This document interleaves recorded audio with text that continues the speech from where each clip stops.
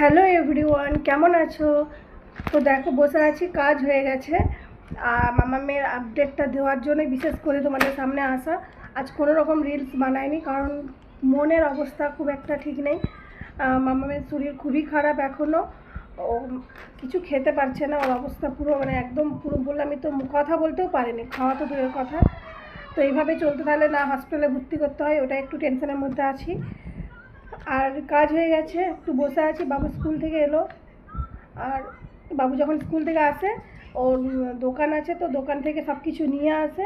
তার সাথে আমার শাশুড়ি মাও এরকম এটা দিয়ে পাঠিয়েছে আর কি, আমি খাবো। চিপস খেতে ভালোবাসি, তো বাবুকে যা দেয় আমাকেও দিয়ে পাঠায়, এই যে খাবে বসে বসে, এই জন্য। তো চলো চিপসটা খাই। সেরকমভাবে টিফিন করিনি, তো খিদেও পেয়ে গেছে। আর এখন বাজে 12টা 20, আর রান্না বান্না কমপ্লিট। রান্না সেরকম কিছু করিনি, এক তরকারি আর ভাত করেছি। তো এই দেখো, পটল দিয়ে আলু দিয়ে একটা মাছের ঝোল করে দিয়েছি, ব্যাস। আর কিচ্ছু করিনি। আর মাম্মাম খাবে না, মাম্মার জন্য মাছ ভাজা রেখেছি। তো এই হচ্ছে রান্না সেরকম কিছু করছি না, বললামই তো খেতে হবেই, না খেয়ে তো থাকা যাবে না। তো সেই জন্যই করা, যেটুকু হয় সেটুকুই। তো চলো খাই চিপসটা, তারপর মামামকে দেখবো, একটুখানি খাওয়ানোর চেষ্টা করব। তো টাটা।